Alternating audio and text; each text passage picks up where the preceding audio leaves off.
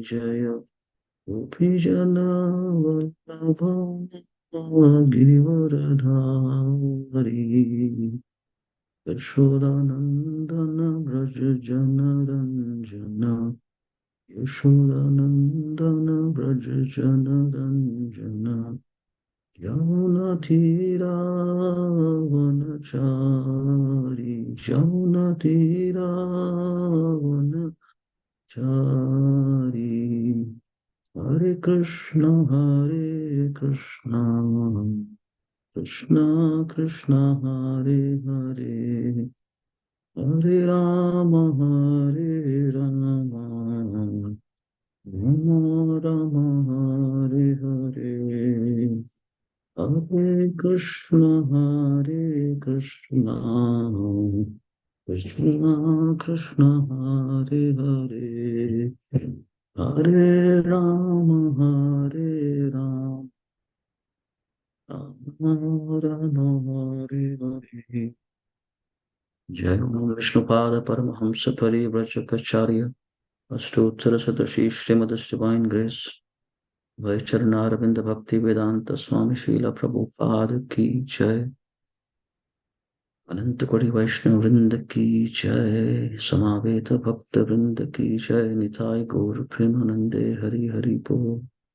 All glories to the assembled devotees. Hare Krishna.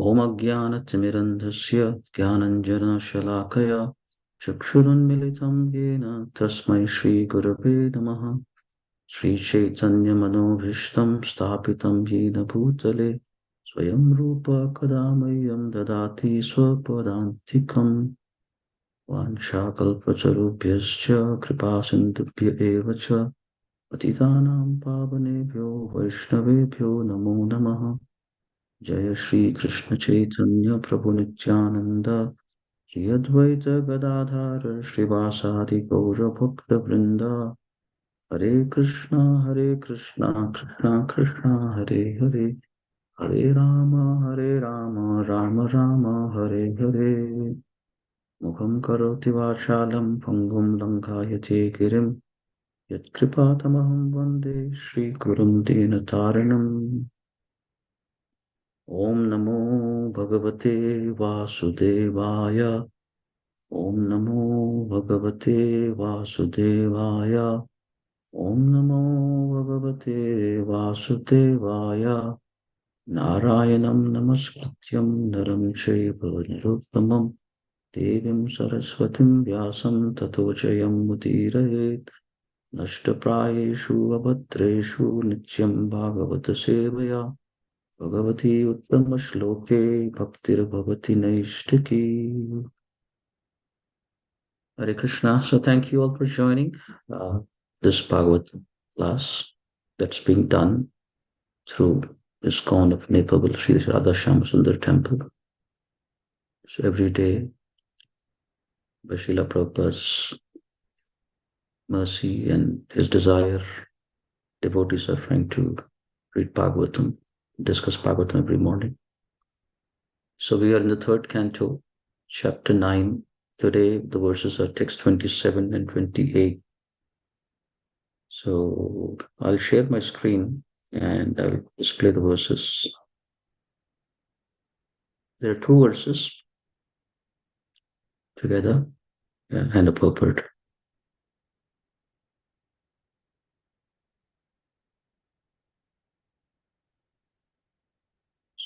Okay, what happened here? 1 second, sorry. 1 second. Just this. Okay, all right. Okay, can you all see my screen?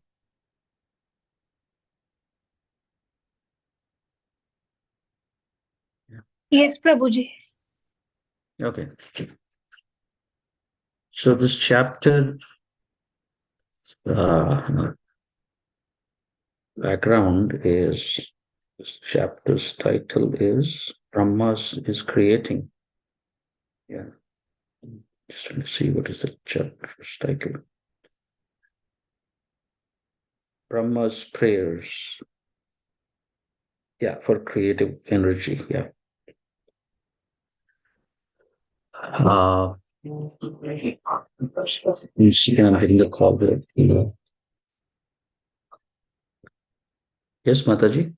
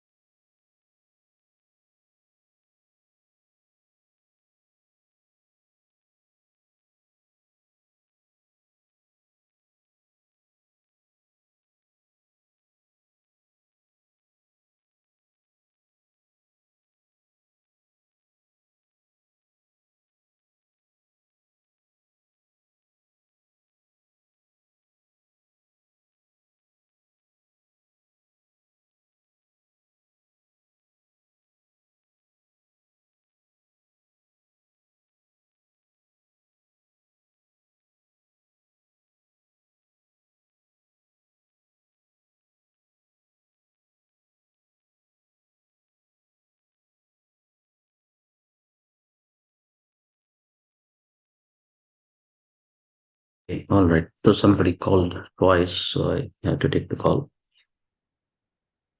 Okay, let's get back here. So this is chapter 9, Brahma's prayers for the creative impetus. So as we understand, Lord Vishnu, he does the primary creation, and then Lord Brahma, on his behalf, he does the secondary creation, Visarga. So this chapter is full of beautiful prayers. So Brahma has just appeared from the lotus navel of the Lord, and then there is a lotus, and he's on that lotus flower, and all he sees around him is this darkness and the water which the Lord lies in. And he begins to, just long story short, he begins to perform penances. He wants to know what is his purpose in life, what should he do, and so he performs penances. And Prabhupada writes uh, that because at that time there was no other, creature, no other creation had happened yet. So the Supreme Lord Himself, from within the heart, guided Lord Brahma. So Srila Prabhupada has always encouraged us that the Supreme Lord, He gives us direction in two ways. One, from within the heart, of course, as the Chaitya Guru, but also from without as a bona fide spiritual master. And everyone should take shelter of a bona fide spiritual master who helps us connect with the guidance from within as well. But in this case, there was no one around. And so Lord Brahma got guidance from Krishna himself within his heart. And he understood what needs to be done.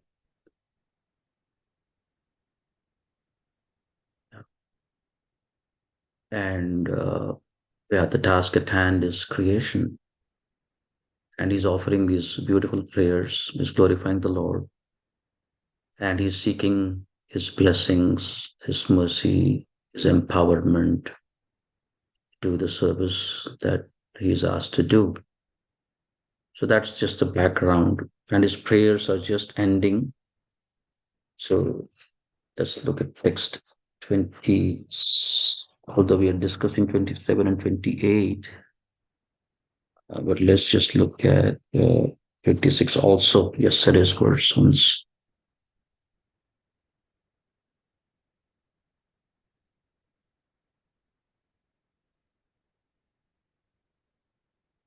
Gone down too far, 32. Yes, okay. Taking some time here, but yeah. So the 26th verse is saying, the sage Maitreya said, "Oh Vidura, After observing, so this conversation is between Vidura and Maitreya. Maitreya said, "Oh Vidura, after observing the source of his appearance,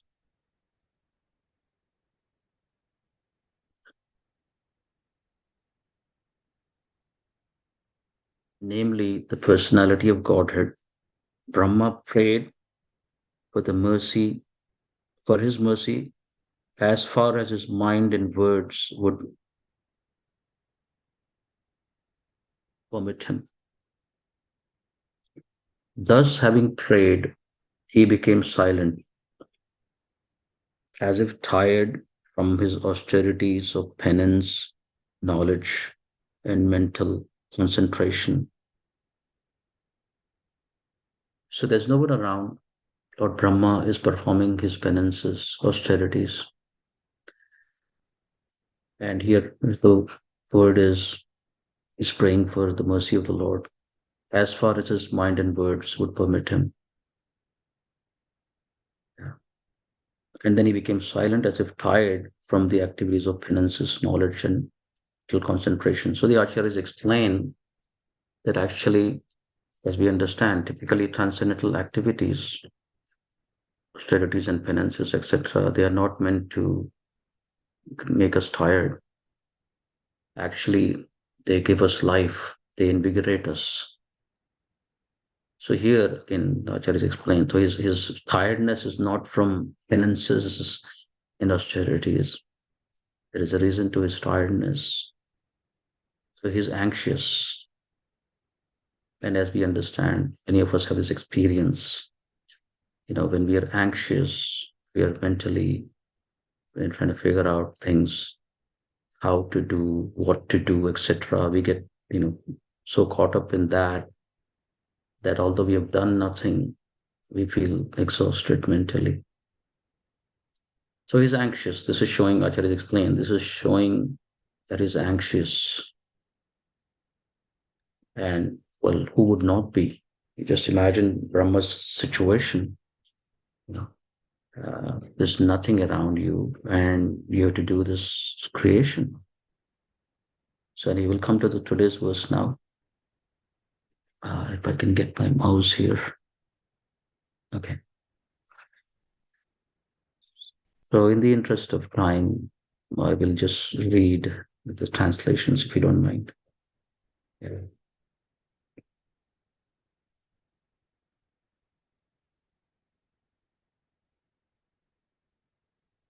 Well, let me just read the verse also once. Okay.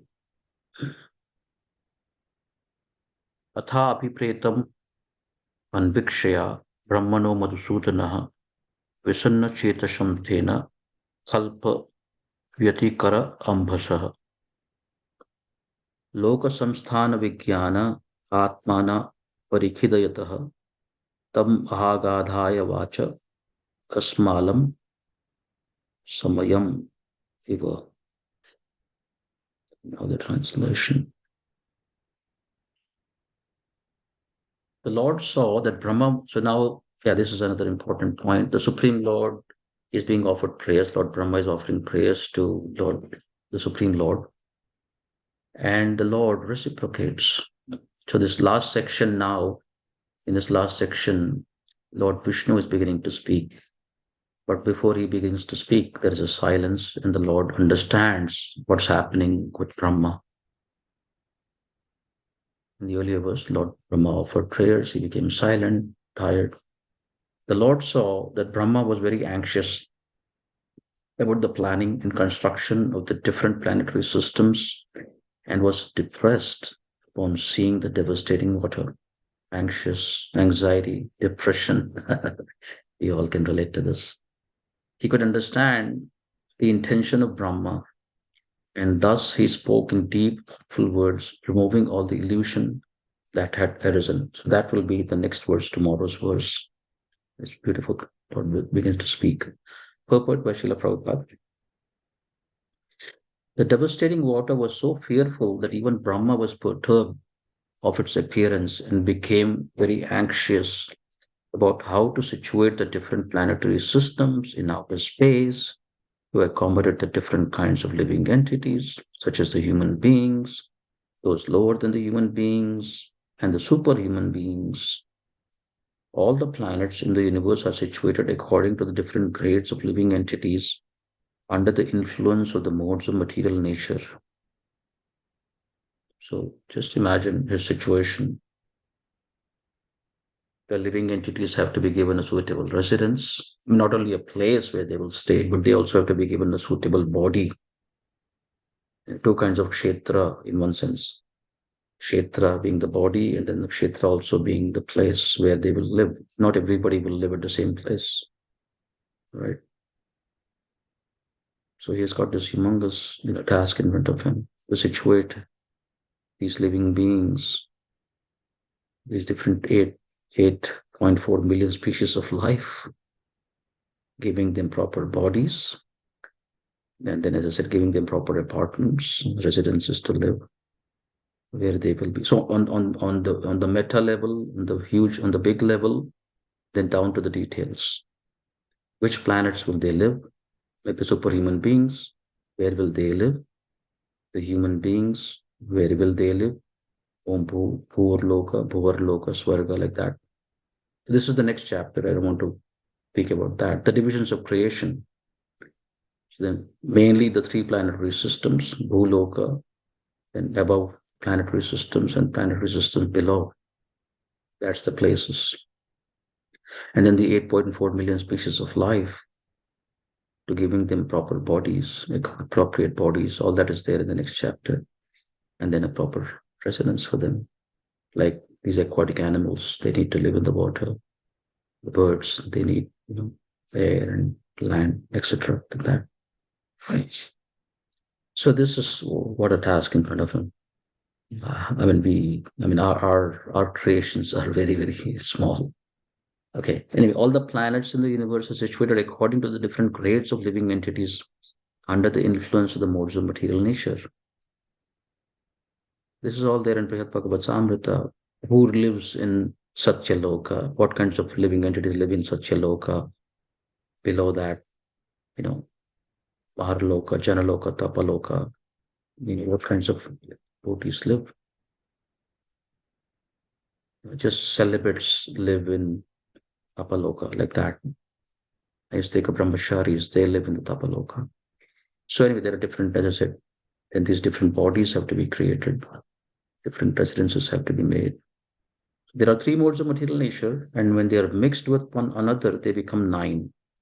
When the 9 are mixed, they become 81, and the 81 then become mixed, and the 81 also become mixed, and thus we ultimately do not know how the delusion increases and increases. Lord Brahma had to accommodate different places and situations for the requisite bodies of the conditioned souls, as I was saying earlier. The task was meant only for Brahma, and no one in the universe can even understand how difficult it was. But by the grace of the Lord, Brahma was able to execute the tremendous task so perfectly that everyone is amazed to see the workmanship of the Vidhata, or the regulator. Mm.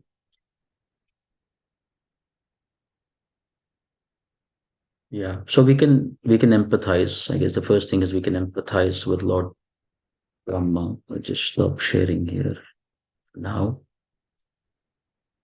So we can empathize with Lord Brahma. His situation is sort of alone. And of course, then he's not alone. The Supreme Lord's guidance is there with him, but he's alone. And then he has to, create all these things, all these residences and the bodies. So as we hear, these bodies are, so these, unlike modern science, these bodies, one body doesn't evolve to another body. This whole Darwin's theory of evolution and things like that. That's not how it is. Vedic conception is that these 3 times 3, 9, 9 times 9, 81, 81 like that. So these 8.4 million species of life, it's there already. The species of life are there. And then we will hear later on in Bhagavatam how through the Prajapatis, these different species of life are created. It's all far out stuff.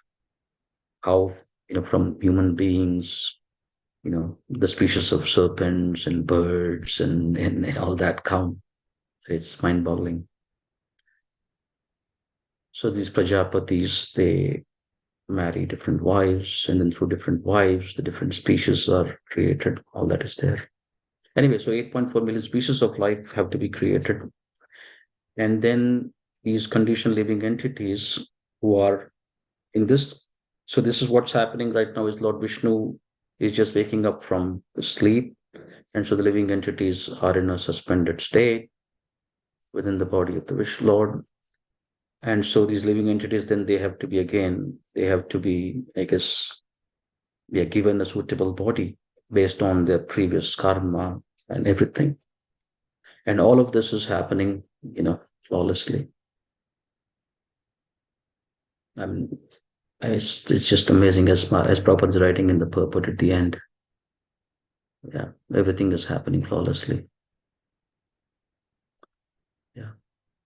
So Lord Brahma is not an ordinary person. He has been empowered by the Lord. And in the next purport, Prabhupada writes actually, Lord says actually, you of course you're praying, but I mean you have already been blessed.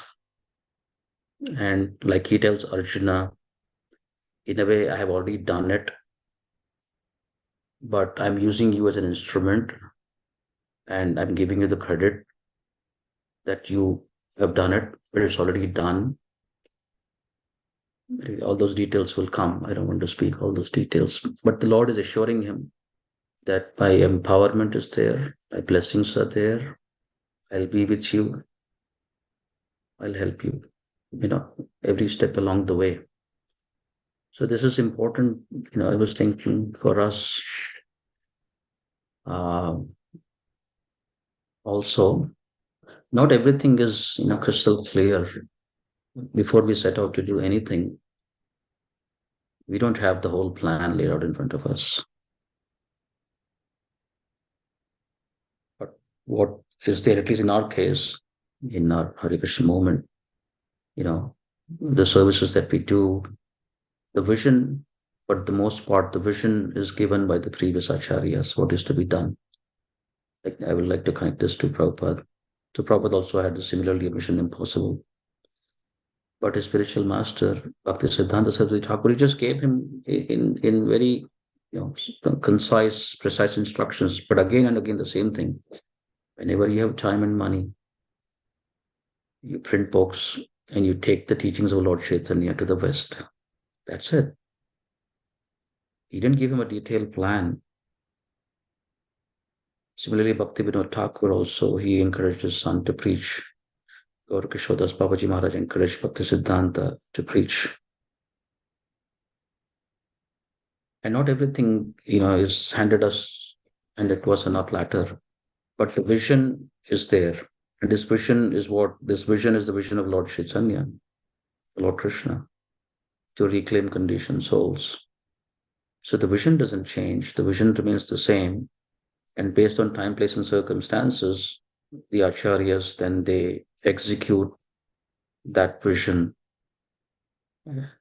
and lay foundations. For example, the Goswamis, they laid the initial foundations by writing scriptures. Mahaprabhu told them, so you write scriptures. And then when Srila Prabhupada was told to take the teachings of Lord Chaitanya to the West, okay, teachings of Lord Chaitanya, what does that mean?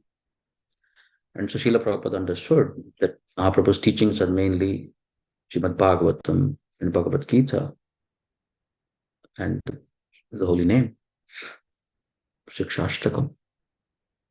And so Prabhupada had immense faith. And so Prabhupada then, so now the vision is there, and then Srila Prabhupada began to work. And his spiritual master told him, write books. So initially he was writing articles, small books, and then somebody told him. So again, and Prabhupada was, because he was plugged in to that service that his spiritual master had told him to do. he was getting indications from even normal people. Somebody told him, "Yeah, these back-to-work magazines. These are nice. These are these are paper magazines. You should write a book because people will read a magazine and they will toss it. But if you write a book, people will keep a book." So this was just some ordinary printer or a publisher, not a spiritual master. But Prabhupada saw, okay, my spiritual master is speaking through him. And so then Prabhupada, wrote the Bhagavad Gita commentary firstly, which he brought to America, but it got stolen. So he wrote again. And then similarly, he was preparing himself to come, take the teachings of Lord Chaitanya. He just didn't want to take, it was there in his heart, but he also wanted to take something, solid, substantial. So he thought at least the first canto of Srimad Bhagavatam. The other day, some devotees were asking, what was the final indication that Prabhupada should now go to the West and not wait forever? So the first canto was done. Prabhupada said, okay, this is Bhagavad Gita is there, first canto is there, Bhagavatam. And he was getting indications again and again. And Prabhupada said it was mission impossible. And he would pray, he would go to Shantipur, pray at the feet of Advaita Acharya, cry and beg for mercy. And he would, same thing, he would beg for mercy of the Goswamis in Vrindavan, living in the Radha Damodar temple, cleaning the Samadhi area. And these Goswamis would appear to him in a vision, in a dream, and say, you go on, we are there with you, we'll help you. So how does this mission impossible become possible? Yeah. Yeah, we have to just somehow learn to become an instrument. And tesham satata yuktana bhajatam priti purvakam. Not everything will be laid out every step of the way, but we take one step, and then Krishna will further reveal the next step, and the next step, and the next step. So it's an adventure. Krishna says in Bhagavad Gita, I'm an adventure. So Srila Prabhupada, he came. So he has the books, but now the next thing is, how do I get there? I don't have money. How will I get to America? It's not just, across the park, across oceans, land. How will I get there? And then in this Agarwal family, they said, my son is there. I'm concerned about, him being influenced overly by the Western, culture.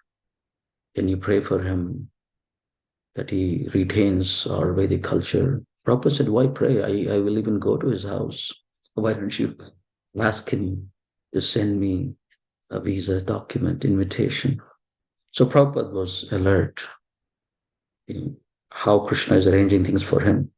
So he got the invitations, he got the visa, now the ticket, and then Sumati Morarji, even a cargo ship, anything will do.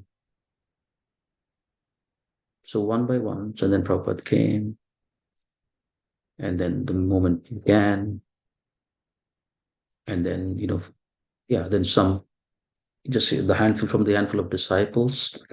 How will a worldwide movement start? From a handful of disciples. He sent some to Toronto, some to San Francisco.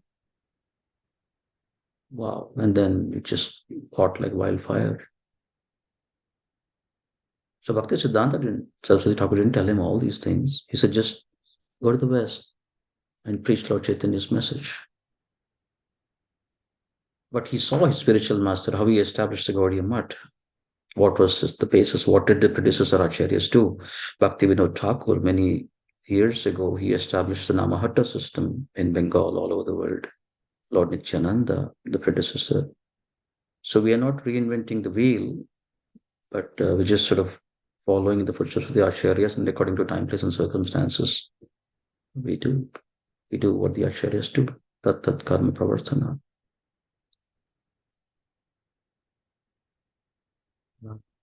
So anyway, so Srila Prabhupada had this immense faith in his spiritual master's instruction and the Bhagavatam and the holy name. And then all the details got filled in. Krishna sent him people. So again, the whole political scenario at that time, in the 60s, around the 60s, the first time America opened its border. So people were able to come. Even the Indian immigrants that came to America, they all went in the 60s, mostly the first generation. So Prabhupada also went, but to give something, not to take something. And then the unrest in America, the Vietnam War, the disillusionment of the youth. So they were ready. They were ready for the spiritual revolution. Srila Prabhupada came, and then they lapped it up, and they helped him. They assisted him. And Prabhupada would say that my spiritual master has placed all of you here to help me in the mission. He would give them credit always. Yeah. Anyway, the point I'm making is, yeah, yeah, we can get easily overwhelmed with the details of what is to be done, but in a way it's quite simple. Uh, yeah, there are books and books nowadays being written on the process of creation. Yeah, essentially there are two or three main principles of creation. Having a clear sense of what, yeah, what I want to accomplish, what I want to create, like our creation. What is the current reality? What is my current reality? I want to create this. What is my current reality? Like Srila Prabhupada, he was always aware of the current reality. My spiritual master has asked me to go to the West and preach. Okay, do I have Bhagavad Gita yet? No. Bhagavatam? No. Visa? No. Ticket? No. Okay, what all will I need? Okay, check, check, check, check. Okay, like that.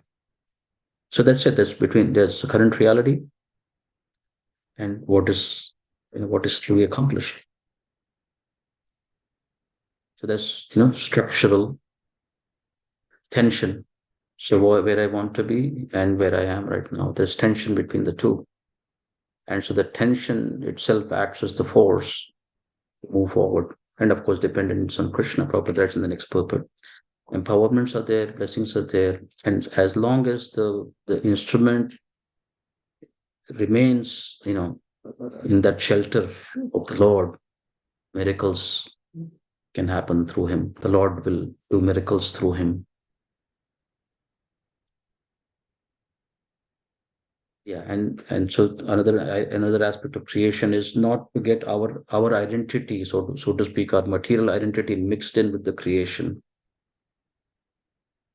These devotees that Prabhupada engaged, like he told some of them to publish a magazine. They were saying, "Well, geez, I have never even read a magazine. To publishing a magazine. So what I can do and I cannot do doesn't sort of exist in that realm." Yeah, like impossible was not there in the dictionary of Prabhupada disciples. Empowerment was there, and they felt nothing was impossible. So our identities, our limitations, our false identities. I'm smart, I'm dumb, I'm this, I'm that, I'm male, I'm female, I'm educated, I'm uneducated.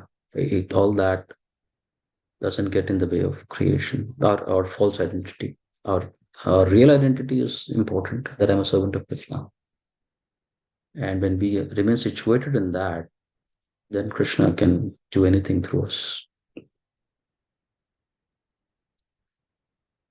Okay. I'll just end with one nice quote that His Holiness Prabhupada Maharaj has shared with us some time ago. I'll display it and share screen, and then we'll end. I hope I can find this. No, not this one. Surely not this one.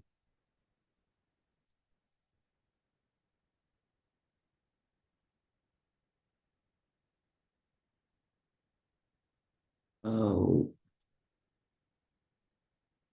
sorry.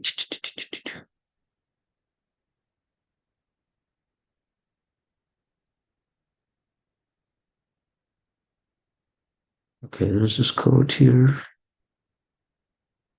Okay. Can you see the screen? I highlighted it. So just try to read it slowly. Okay. This is from a German philosopher way back. Yeah. Until one is committed, there is hesitancy, the chance to draw back, always ineffectiveness. So this commitment, obviously, we're talking about something that we want to do, something that we want to create. It could be anything, our health, our sadhana, our family. We want to do something for Krishna. But so there is this element, there is this essential truth about creation is that is being talked about here. Until one is committed, there is hesitancy, the chance to draw back, always ineffectiveness. So the first thing is commitment. Srila Prabhupada was committed to the word of his spiritual master. He was preparing himself. He was not sure how it would happen. He was committed. Concerning all acts of creation, initiative and creation, there is one elementary truth, the ignorance of which kills countless ideas and splendid plans. So he's saying, one quote is saying that about creation or any initiative, if we are ignorant of this idea, ignorance, ignorance of this fact, then it will kill countless ideas and splendid plans. That the moment one definitely commits oneself, the providence moves to. Like for example, here Lakshmi Kanta Prabhu, I like his commitment. It's not easy, you know, to have a daily Bhagavatam class,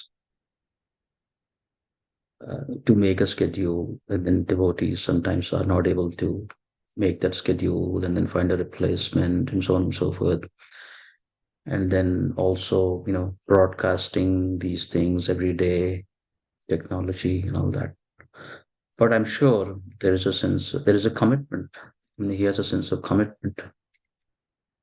I don't know if somebody told him or he was inspired himself. Either way, there's a commitment. Either way, you follow. So when one commits, definitely the providence moves too. A whole stream of events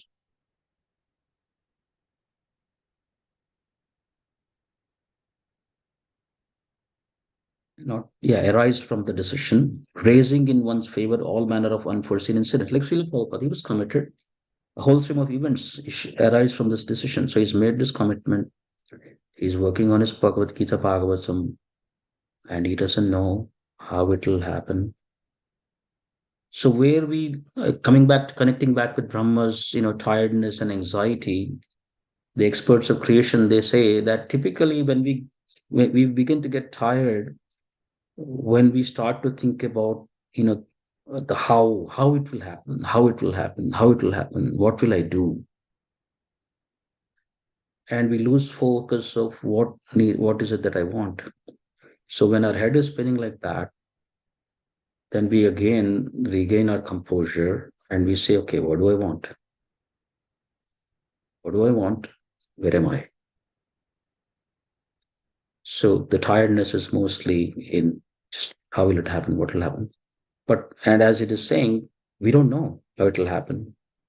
And it's not that I have to do everything. I will get help. Providence will help. People will help. Unforeseen incidents will happen. Like Srila Prabhupada, this person that told him about his son, Agrawal, in Pennsylvania. Can you please reclaim him, rescue him? Prabhupada said, okay, just ask him to send me a visa. And then this Sumati Murarchi, a whole stream of events arise from the decision, raising in one's favor all manner of unforeseen incidents, meetings and material assistance, which no man would have dreamt to have come his way. So all these things are far out stuff, right? I mean, what is the possibility that three Grihastha men, three Grihastha couples would go to London and meet the Beatles, and George Harrison would become favorable to them? This is, I mean, nobody, like, you cannot write a script like that. This is what we'll do. You follow. You sit there and you say, okay, we'll meet George Harrison, then we'll do that, and we'll do this. It's not pre-scripted. Everything is not pre-scripted. We have to let the element of Krishna come into the picture. Otherwise, it's just me and I. So when we are committed and we allow for Krishna and the other parts and parcels to also contribute, wow, then it's fun. And it's not so exhausting and tired and, anxious. So a whole stream of events arise from the decision, raising in one's favor all manner of unforeseen incidents, meetings, and material assistance, which no man could have dreamt would have come his way. Anyway, I forgot to remove this. Whatever you can do or dream, you can begin it. Boldness is genius, power and magic in it. Of course, this you can say this as well. This is just some inspirational quote, but this is an important element of creation, important aspect of creation. So that's why I wanted to share this quote. Commitment, and then assistance will come. Krishna will assist. The devotees will assist. Non-devotees will assist. And then the whole thing about devotees and non-devotees also sort of evaporates. Just it becomes an exciting adventure.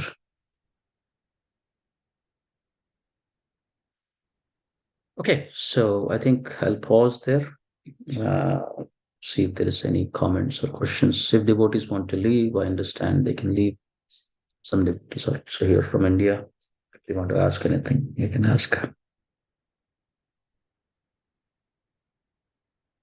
Can I ask in Hindi? Yes, you can ask in Hindi. I'll translate in English. Yeah.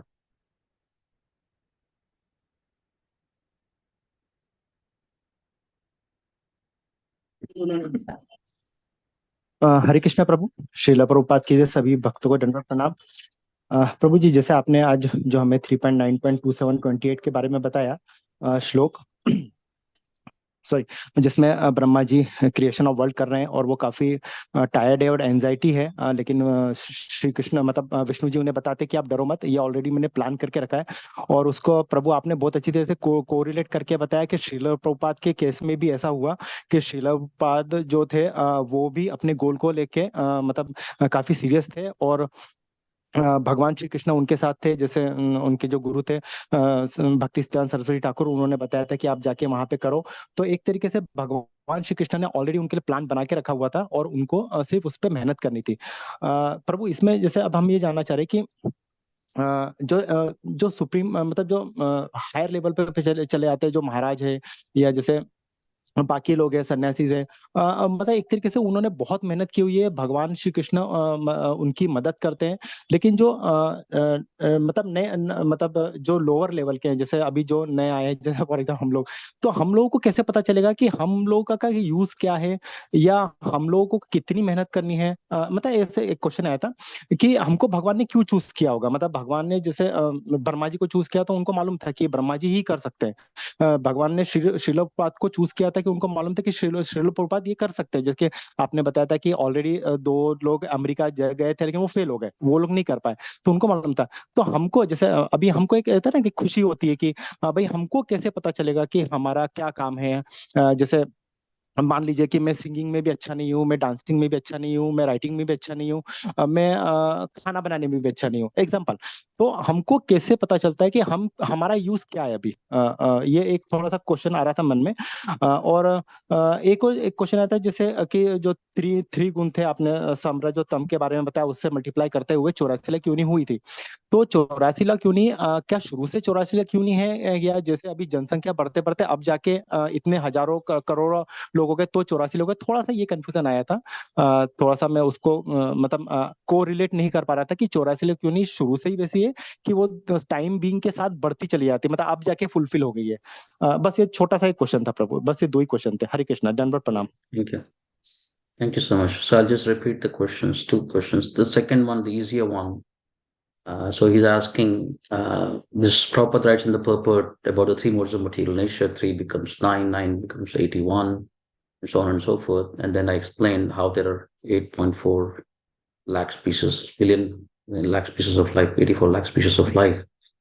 Is asking, were there always 84 lakh species of life, or does that change with time? No, there were always 84 lakh species of life. That's why I explain, like this Darwin's theory of evolution.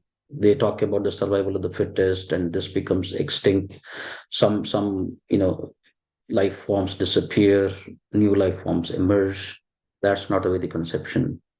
The Vedic conception is there are 84 lakh species of life from time immemorial, and they continue to remain that way. And the souls, they will inhabit one of these species of life. Okay, so that's the question and the answer. And the first question is essentially Lord Brahma here, he's chosen by Krishna, and it seems Srila Prabhupada was chosen. So are we chosen? And how do we know what we will be chosen for? Are we chosen, or do we submit ourselves? How does it, and essentially, how does it become clear what our service to the Lord is? Long story short, how does it become clear what our service to the Lord is? Or this clarity, as you're saying, is it only available to these, high class devotees? Is it not available to us? Uh, I was in a session that His Holiness Prabhupada Maharaj was doing for the youth, and some of the questionings of the youth, some of the lines of the question, some of the statements that the youth were making, or some of the parents were making, was, "Oh Maharaj, you are Maharaj." So you had that clarity from your youth. Right? If you read Maharaj's journey, so from his childhood, of course, he had many questions. He was Pathato Brahmachikyansa. He was very inquisitive. He went to his Christian ministers. They would not give him answers. And then he was exploring. He was searching for the absolute truth. And then he met Srila Prabhupada. So they were saying that, "Oh, Maharaj, you are Maharaj, so it's easy for you." Maharaj said, "No, no, no, it's not like that." It's not like that. He said, "I had to come to a position of conviction." As you're saying, I mean, yeah, I had to search for the absolute truth. I tried this, I tried that, and then, and I had to make a choice. I was on my way to medical school. Do I? And then he said that there are so many doctors out there. That's what he was thinking. There are so many doctors out there. I mean, I could be another doctor, but then he felt, as you're saying, so he felt, and then Srila Prabhupada was, so the whole time was like that. Prabhupada was himself engaged in devotional service, and then those who wanted to be engaged by him, Prabhupada was engaging them. So it's both. So how does our mission become clear? By coming closer to a person who is engaged in that mission, right? So we need to associate with devotees who are engaged in the mission of the Lord. And then within that mission, some small portion of that mission may come to us. And that. So Maharaj was explaining, yeah, so I had a choice to make. I had a choice to make. There was a fork in the road. Should I just go become a doctor, or, you know, enter brahmacharya life? And he said, and he had to make a choice. Even before that, he entered into, he started living in the temple. He said, instead of licking the honey, or bottle of honey from outside, I need to experience it. I need to get into it and see for myself. And 1 month, 2 months, 3 months, 6 months, like, wow, this is great. I want to do it for the rest of my life. So your Vyavasait Naika Buddhi, this comes, of course, from associating with pure devotees. And the details of our services and all that will become clear later. But broadly, it's chanting of the holy names, and preaching the message of Krishna consciousness for these disciples of Prabhupada, cultivating it themselves and preaching it to others. And then how different devotees preach. So they preach differently. Some are preaching in the villages, some are preaching in the cities, some are preaching in the colleges, some are building, grihastha communities. Some accept disciples, some don't accept disciples, some just write books. Srila Prabhupada's disciple, like Bhanu Maharaj, he's just prolific. He just writes books. I think, yeah, and he has not accepted a disciple. Many people are waiting in line to receive initiation from him. But sort of anyway, so he's whatever it is, the reason he's focused on translating and writing this Goswami literature. What Prabhupada did, so there are so many other Goswami literatures. So he's doing that. So it's a different great souls. They are yeah. The vision becomes clear. Krishna gives them guidance. Vaishnavas from outside also give guidance. Like again, to give example of Ramapad Maharaj. Maharaj was just happy being a brahmachari. But his godbrothers were encouraging him, no, you please take sannyas. Please take sannyas. So it's not just I will only listen to the Lord. The Lord has to tell me. But there are other Vaishnavas also around us. They are telling us also. We are tuned in. So like that. So slowly, things will become clear. And initially, our main service is to chant the holy name and take up the process of devotional service. Yeah. And then if we are associating with Vaishnavas engage us. So initially, before we have our own, we begin to have our own wings and fly. Yeah, it's very, very important to just sort of work under Vaishnavas, as you're saying.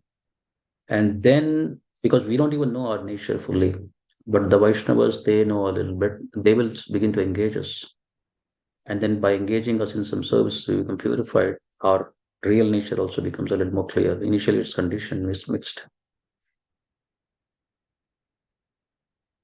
It's like that. So by associating with Vaishnavas, by helping, assisting them what they are doing, like in the doctor and the compounder, right? There's assistant. So that's what we are. We are all foot soldiers. And then slowly, things will manifest. Like one of my god brothers, Nityananda Pran. I mean, he's into Ramayana. I mean, he's preaching from Ramayana. So usually we all preach from Bhagavatam. But somehow that inspiration that came to him and the spiritual master blessed it. So we can't imitate now. Oh, he's speaking from Ramayana, so I'll also speak from Ramayana. Not like that. So those small details, then the details of our service, they become clear. Slowly.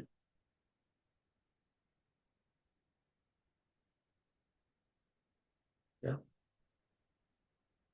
But so that's not true that it is that direction is only available to a select few. No. That person, Krishna takes personal interest in each and every one of us. We all have a unique contribution to make. We all have a unique role in the spiritual world. We have a unique place. So all that, Siddha Pranali, you can say, our perfected state, that will all come in time. But initially, we just, do our sadhana, associate with Vaishnavas, take guidance, assist them in what they are doing, help them, fulfill their mission.